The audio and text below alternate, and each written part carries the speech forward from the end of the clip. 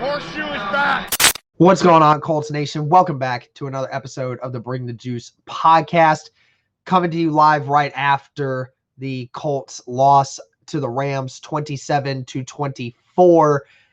Colts fall to 0-2 for the first time in a couple years. It's certainly not a great start to the season, but still a lot more to dissect in this game versus week one. So I'm not even going to ask Cody what his initial thoughts are because we're both still kind of upset at the loss. Go figure. But either way, Cody, I think you said it right beforehand that despite the loss, there's still a lot more good to be taken away from this game than what there was week one. What's up, football fans? Do you want an advantage on your sports betting this year? You need to download BetQL, the only app you'll need to make smart bets. Their computer model scans hundreds of thousands of bets every year to give you the best bet recommendation for every game across all major sports.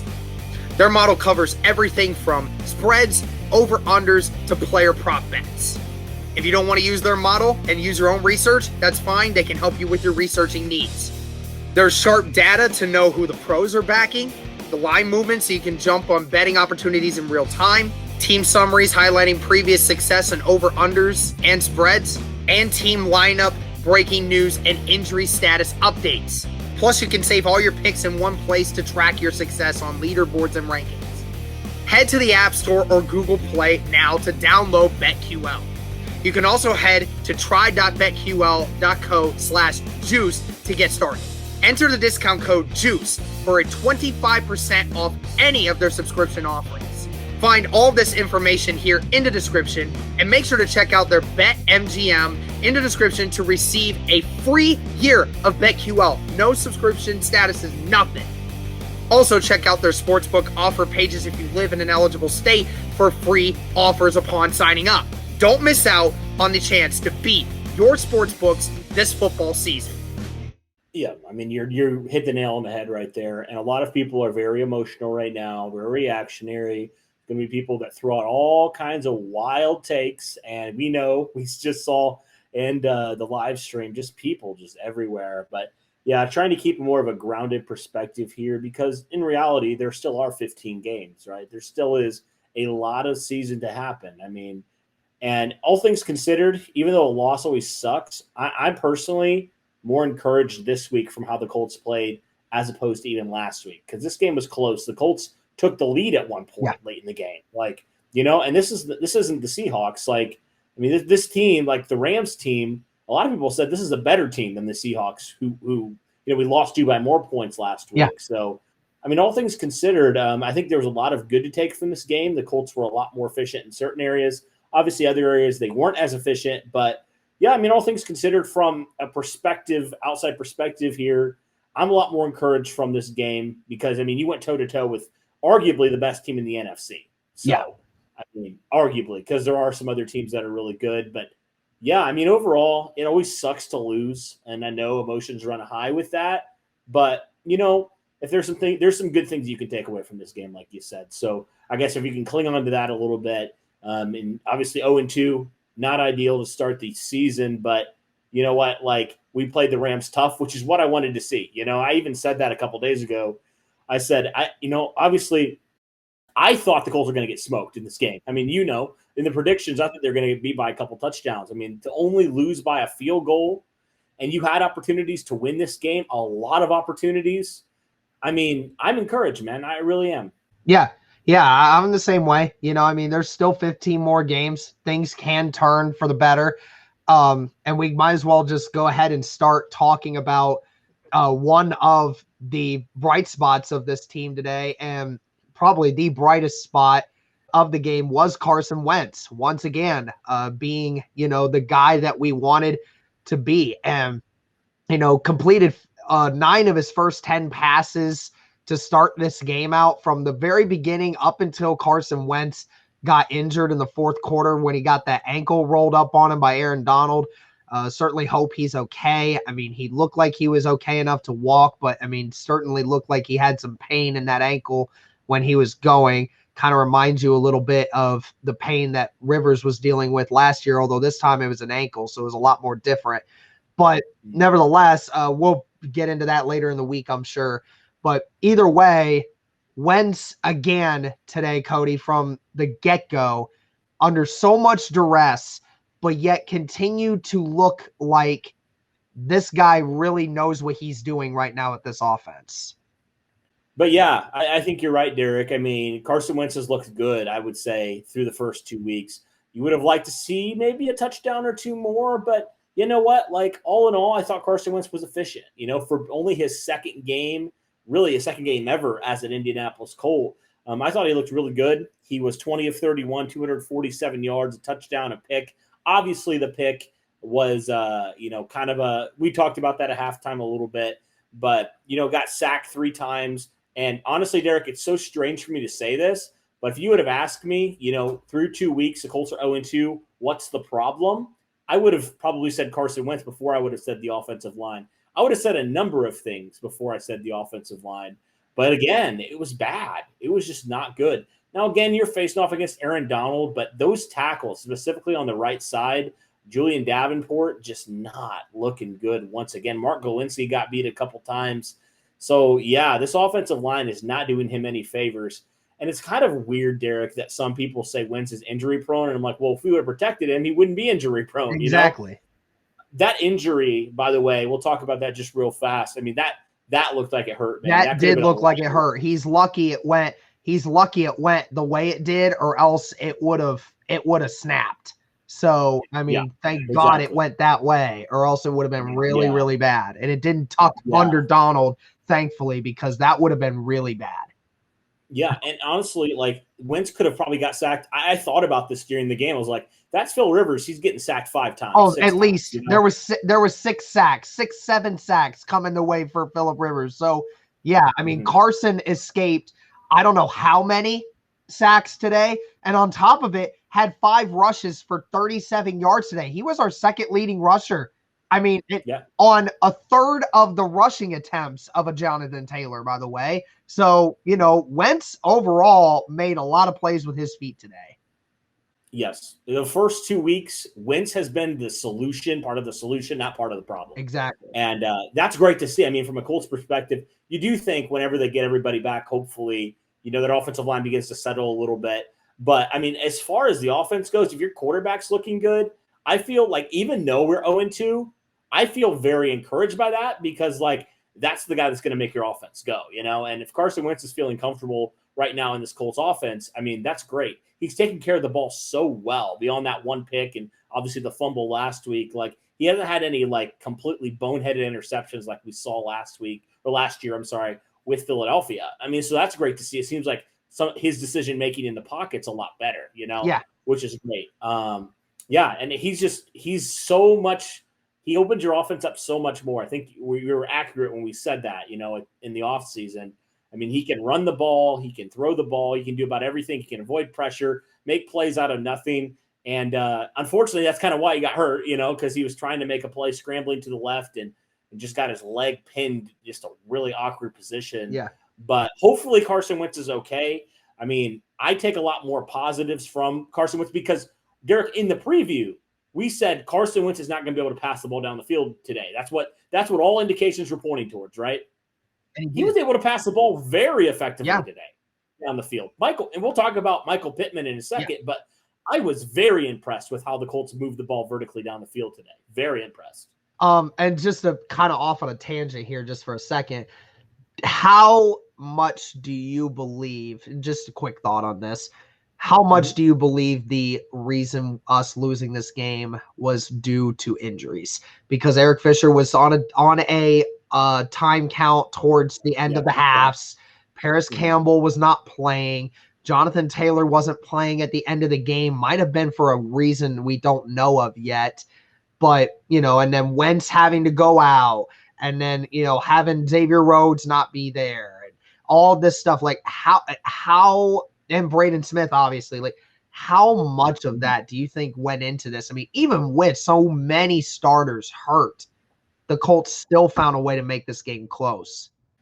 That's a good point, which is why I'm, I guess, more optimistic. Obviously, you don't make excuses for losses. A loss is a loss, and you take it and you learn from it, and it's not good. But yeah, I mean, I think that is valid because you brought up a good point before we started recording. Like, if Wentz is in there, I think with how you were moving the ball, I think you at least get in field goal range there. You had over 2 minutes, to go do that. Eason just made a god awful decision throwing to Jack Doyle there. Yeah. But Eason's cold. He hasn't really had any significant snaps in a couple of weeks, so it wasn't like super shocked by that. But yeah, I think you're right. Like if Wentz is out there, I mean, I do think the Colts definitely move it into field goal range with how hot their offense was playing.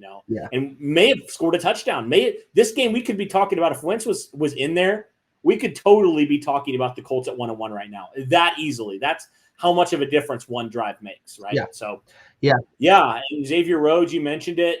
They had a couple big plays down the field. You do wonder if Xavier Rhodes was in there, if that would have shored that up a little bit, especially in that fourth quarter when literally they just went right after that blocked punt, that the Colts scored a touchdown. They just literally just drove down and scored with ease. And you do wonder if Xavier Rhodes is in there, does that help this pass defense a little bit better, Yeah. So, and the right tackle was a concern. It was the biggest weakness again. If Braden Smith's in there, does he play a little bit better? And Carson Wentz isn't injured. You just don't know. But yeah, I think injuries definitely played their part, but also just execution. The Colts had a chance twice in the red zone to score, and they came away with 0 points out of that. I mean, that's just unacceptable. Like that was the difference ultimately in the game. If you kick 2 field goals there, boom, the Colts win. Yeah. So. Yeah, absolutely. But I think you're right, for sure.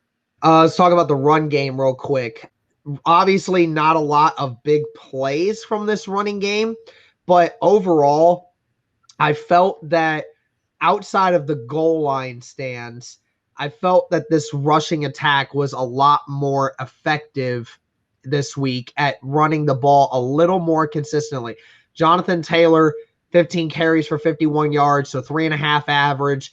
Again, if you don't count the 3 runs that he had at the goal line for like 1 yard, then obviously that number looks a little bit higher. Carson Wentz, I mentioned, 5 carries for 37 yards, was running a lot. Marlon Mack had 5 carries for 16 yards, had a couple of runs where, not a lot of yardage, but it was enough to move the chains. Hines, 1 carry for 5 yards in this game. I mean, overall, not great when it comes to running the football, but again, it felt just a little bit more effective this week. It did. Yeah, you're right. You're absolutely right. This running game wasn't great, but it was effective when it needed to be most of the time. And I say most of the time because obviously they got stuffed 3 times. But yeah, I thought in that second half they really picked it up running the football. And I liked what I saw from – and it was good to see Marlon Mack get a couple carries too. I thought he looked good when he got the chance. Very patient back there behind this offensive line. So, yeah, I mean, I thought the running game was all right. I mean, the Colts did as a team get over 100 yards rushing, so that's good to see, getting a little bit back to that mojo. And you have to think if Braden Smith's back next week, the Colts are going to be able to run the ball a lot better. But, yeah, the running game wasn't spectacular, but I thought it got the job done enough for you to win this game. Yeah, it did. All right, so let's go to the receivers that Wentz was throwing to today. I mean, a couple different notes of wordiness here. I mean, first off, Michael Pittman, oh my goodness, 8 catches today, 123 yards. 8 catches on 12 targets. He was overwhelmingly the most targeted player on the field today. And my goodness, he made his impact felt. That huge 42-yard catch from him and Wentz. Talk about, for one, Wentz threw it when Fuller wasn't looking. So thank goodness Fuller wasn't looking and Pittman was able to find it and track it. But great job by Pittman today. Open all the time. Felt like he did a much better job of creating separation. And even when he didn't create separation, was still making catches. Pittman, tremendous game. Jack Doyle, 5 catches for 64 yards. He was effective today, other than the 1 spot on the goal line. Zach Pascal, 5 catches today for 38 yards and a touchdown, has caught all 3 of Carson Wentz's touchdowns so far in the early part of this year. Molly Cox with 1 catch for 18 yards. Hines, 1 catch for 17 yards. Doolin, 1 catch for 10 yards. And Taylor, 1 catch for 2. So, it's funny because only 3 receivers caught a ball today for the Colts. Only 3. And Doyle only caught 1. So basically of the 22 catches that were made today, 13 of them were caught by wide receivers, but those 13 were only caught by 2 different receivers. So, not very much usage for a lot of wide receivers today. Obviously, the Colts are very stretched thin when it comes to the wide receiver group right now. So Strawn didn't get a catch today either. But overall, I mean, for how the Colts wanted to run the offense today, I mean, we said it earlier. I think they ran their offense a lot better today with throwing the football. I think Wentz did a great job of making throws, and Pittman and everyone else was making great catches. Oh, yeah, I agree. I definitely agree. Yeah, I was overly impressed with Pittman today. He did fantastic, especially going up against, really good Rams secondary. I mean, that was their strength. And to see Pittman do what he did, I was very surprised, but also very encouraged because, Pittman's had some up and downs so far through training camp, through preseason, and through week 1. So it was good to see him kind of break out and show us again why we were so high on him at the end of last year. Yeah, I loved what Pittman did. I think it was just like when you're hot, when you're on, man. And Michael Pittman was on today, and the Colts recognized that, and they kept going to him. He kept making these efficient big catches. So I love to see that. You mentioned Jack Doyle. I thought he had a really, really good game too. I thought, he always finds ways to get open, and I love that from Jack Doyle. Really, really good route runner for a tight end.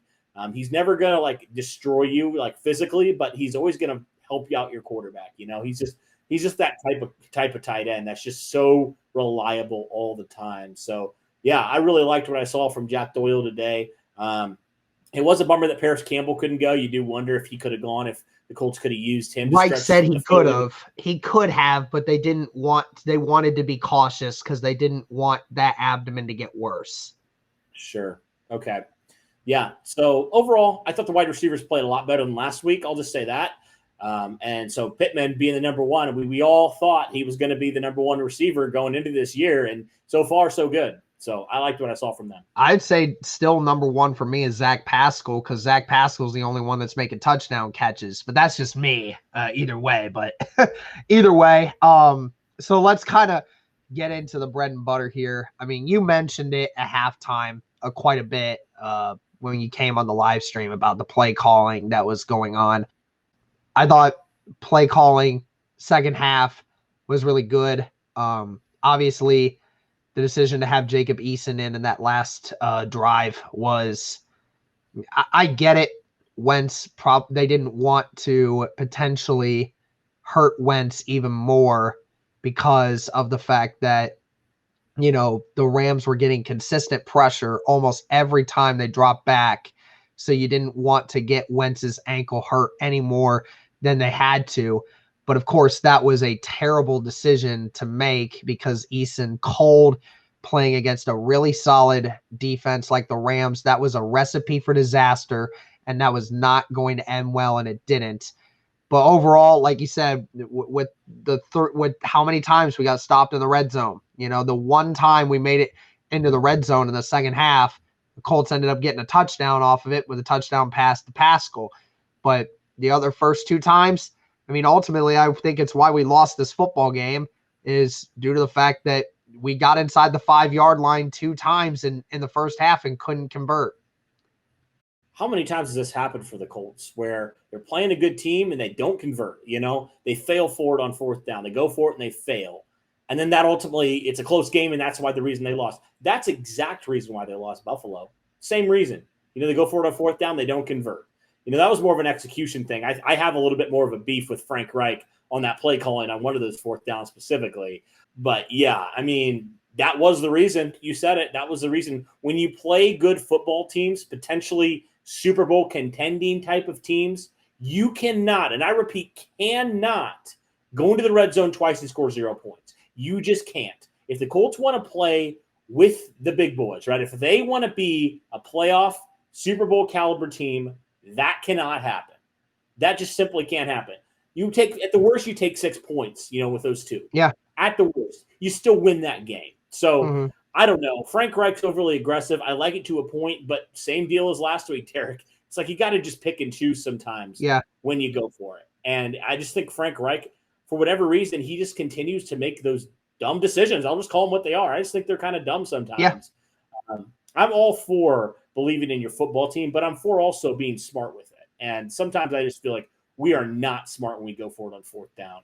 I didn't like it. I just did not like it at all. Yeah, very, very true. I mean, again, it's funny now because this is the second week in a row that we've lost this game because of being unable to convert on fourth downs.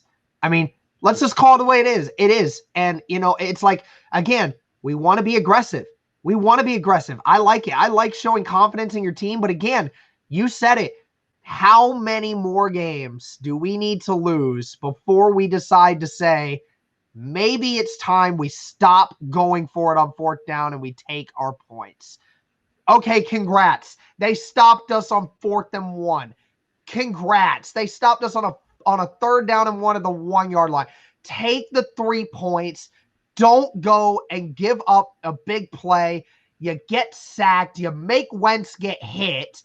And then on top of it, all the momentum then goes to the Rams. They score a touchdown and wha-bam! We're down 7-0 when it could have been 7-3. And then the next time your offense is on the field, they don't feel like they just did absolutely nothing that first drive. It just needs to stop. There needs to be some thinking here. I get wanting to go for it on 4th down, and you feel you have the confidence in your team to be able to do so. But right now, this offensive line is not ready to run 4th and 1s. It's not ready. It's not healthy. It's not ready. We can't keep doing that. It just can't happen. Yep. And you pointed out a good thing. Like, this offensive line is not healthy. Why? I'm all for trusting your guys. I like that you trust your guys, but don't be an idiot about it. Yeah. Don't run it when your offensive line's been struggling, right? And also play action pass on 4th down. Are you kidding me? After running 3 straight halfback dives. Yeah.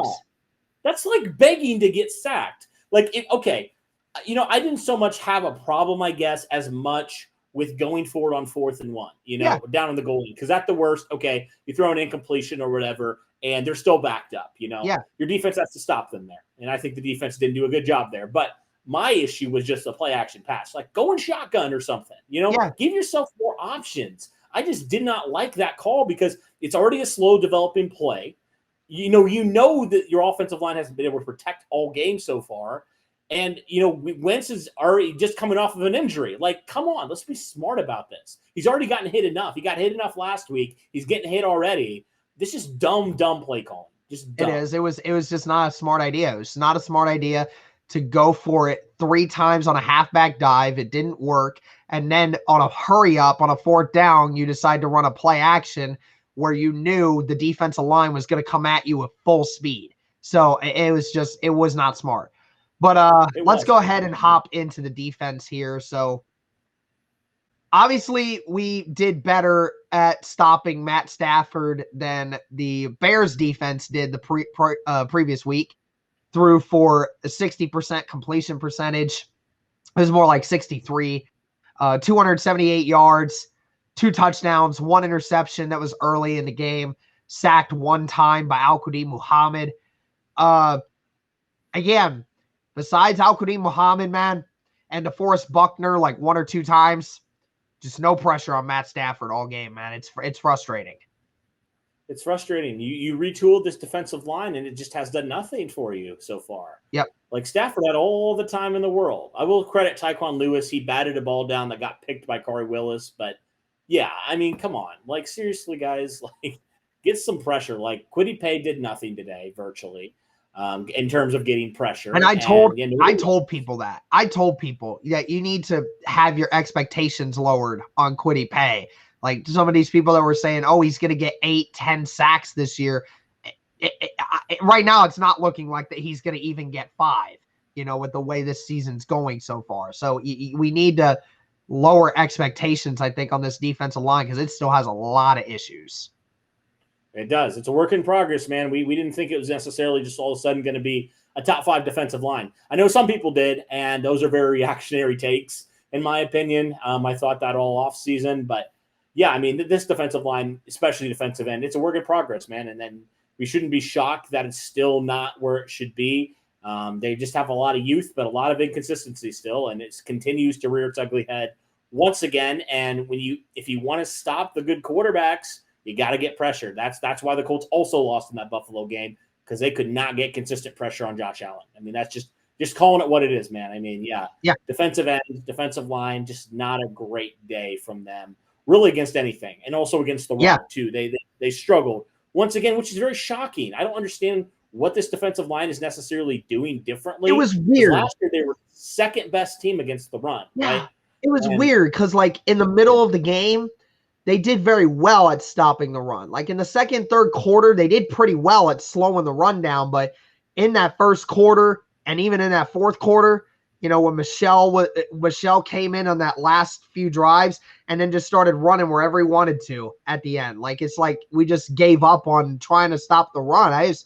I feel like the defensive schemes were just bad from Eberflus's standpoint too, because, you know, like some of the defensive line stunts that I saw, they were just flushing everybody one direction, and the linebackers were not getting anything, and we were just giving up anything the Rams wanted at the end. Is it crazy for me to say this? The linebackers have looked bad through 2 weeks. Yeah, they've been bad. Yeah.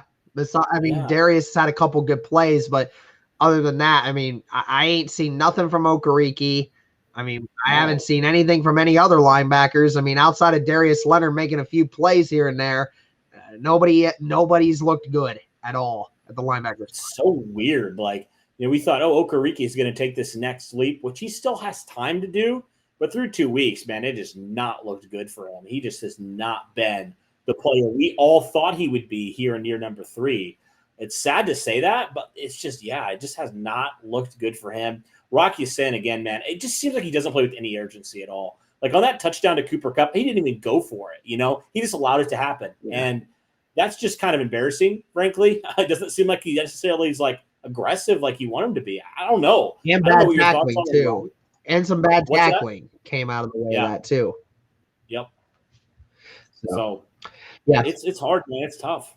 Yeah, it totally is. And then, you know, when you look at it from the perspective of, you know, this pass defense, I mean, my God, Cooper Kupp just absolutely just destroyed us. 9 catches for 163 yards and 2 touchdowns. Congratulations to whoever had Cooper Kupp on their active roster today. Anyone had them on fantasy football today, you got 39 plus points. 39 fantasy points from Cooper Kupp today. So congratulations to you, because Cooper Kupp just absolutely toasted us. And, you know, I mean, for as much as Cooper Kupp did to us today, this defense still found a way, and a few times given the offense the chance to come back and win this game, and they still didn't. Yep. Oh, yeah, for sure. The defense, I thought, played really well in the first half. And if your offense would have scored, I mean, this would have been a whole different ballgame. But, yeah, the defense had some moments where you're like, what are you guys doing? Are you even trying? Like I mentioned, I hate the zone so freaking much, dude. And then when you can't get pressure, it's even worse. Yes, you know? They can't. Yeah, they can. And Stafford makes a living off of doing this. And it's Sean McVay's bread and butter. You cannot play zone on a team that you cannot get pressure on. And on top of it, you can't play a Sean McVay offense when you can't get pressure and playing zone. It's terrible. And can't do it when Matt Stafford is throwing the football to those players that were ordered by Sean McVay to play in that offense. It's a recipe for disaster if you can't get pressure on the quarterback on a zone scheme and you're playing the Rams. It's not a good idea. No. And despite all that, the Colts almost freaking won this game. Exactly. Too. So, yeah, I mean, that dude, I don't know what it is. And Matt Eberflus needs to figure this crap out because it's frankly ticking me off. Like the defense on the first drive, they never come to play. You know, never. Like this whole year so far. Yeah, they've given up a touchdown on the first first drives of each game, haven't they? Yep. Yeah. And also the second half as well, they gave up a touchdown. Yeah. So like And it was so easy, It's it made it look so easy. Like it was like they were playing backyard football. And it's like, it's dude, embarrassing. Xavier Rhodes is your only dude missing. Okay, unless Xavier Rhodes is really that good that you're missing him that much, there's no excuses there, man. There's not. No. There's no excuses there. No. And Xavier Rhodes, good player. Yeah, we've said that. Yes. He was a top 10 corner, top 15 corner last year. But like one player is not going to make that much of a difference, Like if Xavier Rhodes is in there, I still think the defense would have looked like crap at times, Yeah. So I don't know, man. Something's got to change. Eberflus can't keep letting this happen, man. It's just getting embarrassing at this point. Like our defense plays so great, and then all of a sudden they play like they're the worst defense in the league. It just makes no sense at all. Yeah. I don't know what changes, like why that keeps happening. But, like, we got to figure something out, man, because, like, this is a long season. We played some good quarterbacks so far. If we want a shot at the playoffs and to go deep into the playoffs, that's exactly what we're going to have to face. Exactly. Yep. And, I mean, at least the good news is you still have time to figure it out. Thankfully, I mean, the Colts, let's not forget the Colts defense through the first couple weeks last year looked absolutely horrendous, but we're still able to make it work. And then they got better and better as the year went on. Hopefully that's another case of that this year. Well, like even week 2 last year, they looked really good against the Vikings. So like, yeah, it's getting a little bit more concerning for me than last year. Cause last year, again, this team's better than that Vikings team. By well, yeah, but like also they had a horrendous first game. I was like, all right, it's probably just a fluke. But now, like through 2 games, I'm like, oh, a little bit more like nervous, Yeah, I get it. The competition's higher. Like I won't deny that. But also, I'm like, I don't feel like a whole lot's changed from last year. Yeah. So far, we've only gotten 2 sacks in the first couple weeks of the season. I'm gonna see how many times we sacked Russell Wilson last week. I don't remember.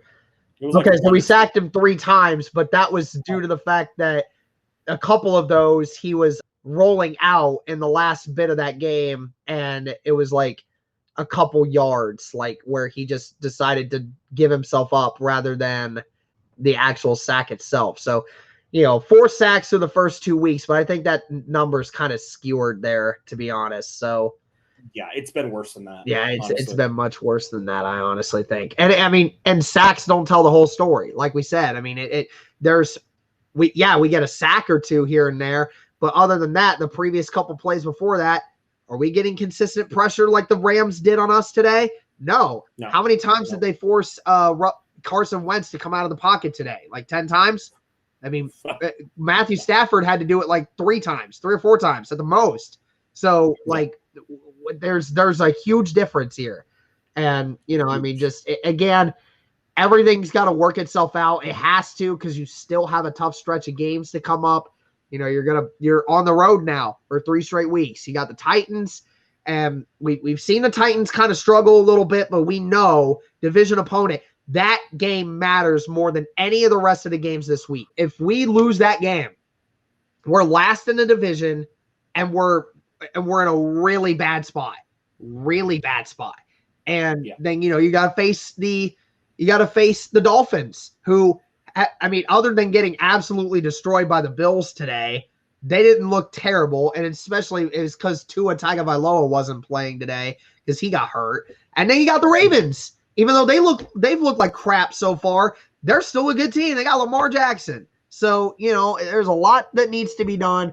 I guess if we want to end this one on a positive note here, Blankenship so far, perfect on the season so far. It seems to be very under control with his kicks this year so far.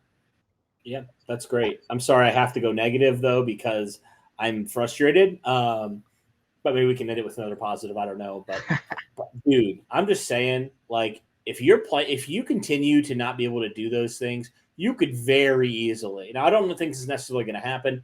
You could very easily be 0-5 with the competition. Yeah, you can. You can. They absolutely can. It's kind of scary to me. Like, okay, if you're 0-5, maybe, and this is crazy to even think about. Are you thinking about, like, do we need a new man? Do we need a new coach? Like, at that point, for 0-5, Yeah, 0-5's not. 0-5 can't happen for a team that just made the playoffs last year. That can't happen. No. So I don't yeah, know. I mean, more time to come, and you certainly hope guys like, you think Carson Wentz is going to be okay for next week. I think he could have gone into that game had they wanted to, but I don't think they wanted to, which is the problem. I think Braden Smith will probably play next week. I think that guys like Xavier Rhodes will probably play next week. And I think Paris Campbell will probably be back next week, barring a setback with that abdomen. So, again, getting all these guys back from injury, hopefully this next week, will be so huge playing a team like the Tennessee Titans. Yeah, and you need this game if you want any shot at this division, man. Yep. I mean, we've said it, and this is why we're so frustrated, because the Colts have started off so slow the past couple of years. And it's like they have playoff aspirations, right? They have Super Bowl aspirations, and you can't keep doing this, Yeah. If you want to be considered one of the better teams in the NFL. And people all the time say, why are the Colts so disrespected? It's because they do crap like this, They start off slow like this. So, what are you supposed to do? You start off slow and, great, you finish high, but, we got to start putting together a more consistent thing. And, obviously, I don't think this is the year for us right now, obviously, with so many issues that we have, but we gotta start turning the tide, man. We gotta get a win. We gotta get a win in the worst way. And this next week, Colts lose this one next week. I know it would only be 3 weeks into the season, but man, that would be really bad. That would be really, really bad to lose that one. Yeah, then you would be dead last. Then I think you start having conversations about who's leading this team and are they the right leadership. Honestly, I think you do, because we've said it. We like Frank Reich, and maybe this is a bit of an overreaction. If it is, I'm sure people will let us know in the comments. But I like Frank Reich. But if this keeps happening, man, how much does love for a person come in the way of actually a football coach? I think the conversations we're going to have to start having at that point. Yeah, if this team continues to keep losing, then we're going to have to have that conversation. And we keep leaving points on the field. Yeah. I don't have a question that this team is talented. This team is extremely talented. I mean, let's be honest, they are. Yes. And the problem has just been execution. Yes. We can move the ball. We can play good defense. We can't do it consistently. Now, how much does that fall on the players versus how much does that fall on the coaching staff? I think that's the biggest question, because it was an issue last year and it's an issue this year, and you have a new quarterback. Yeah. So at the end of the day, you can blame players all you want, but at the end of the day, coaching matters. So coaching matters just as much as the players do. I mean, I think it's been a fair amount of both, and we're just going to have to figure it out as we go forward. But that's going to do it for this one, guys. This is the post-game reaction to the Colts' loss to the Rams 27-24. Colts fall to 0-2. Certainly hope to look for a better result the next week. Thank you guys so much again for the support. Let us know what your guys' thoughts are. And as always, go Colts. Once again, thank you to our sponsor, BetQL, the only app you will need to beat your sportsbooks. Find their information along with a 25% off discount code in the description of this video. Make sure you go check that out. And also check out their special BetMGM offer in the description in order to receive a free year of BetQL and other sportsbook sign-up offers and bonuses.